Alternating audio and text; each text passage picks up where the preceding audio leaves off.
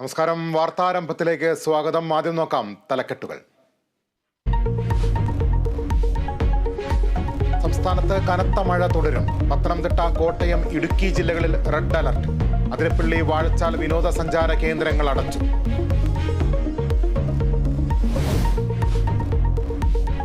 Amoebic മസ്തിഷ്ക ജ്വരം ബാധിച്ച് ചികിത്സയിലായിരുന്ന 5 വയസ്സുകാരി മരിച്ചു. മരണം കോഴിക്കോട് മെഡിക്കൽ കോളേജിൽ ചികിത്സയിലിരിക്കെ.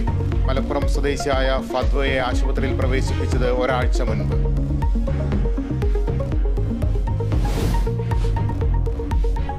അവയവ കച്ചവട കേസിൽ അന്വേഷണം ഊർജിതം. പ്രതി സാബിത്ത് നാസറിനെ കസ്റ്റഡിയിൽ വാങ്ങാൻ പോലീസ്. ഇരയായ പാലക്കാട് സ്വദേശിയെക്കുറിച്ചും വിശദമായ അന്വേഷണം.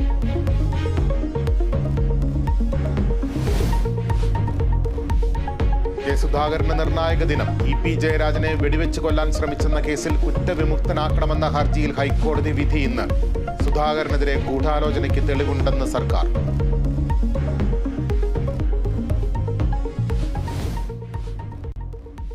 ബിലീവേഴ്സ് ചർച്ച് പരമാധ്യക്ഷന്മാർ അത്തനേഷ്യസ് യോഹാൻ മെത്രാപ്പോലിത്തയുടെ സംസ്കാരം ഇന്ന്. ചടങ്ങുകൾ Thiruvalla saint Thomas believers eastern church കത്തീഡ്രലിൽ. അന്ത്യാഞ്ജലി അർപ്പിക്കാനെത്തുന്നത് ആയിരങ്ങൾ.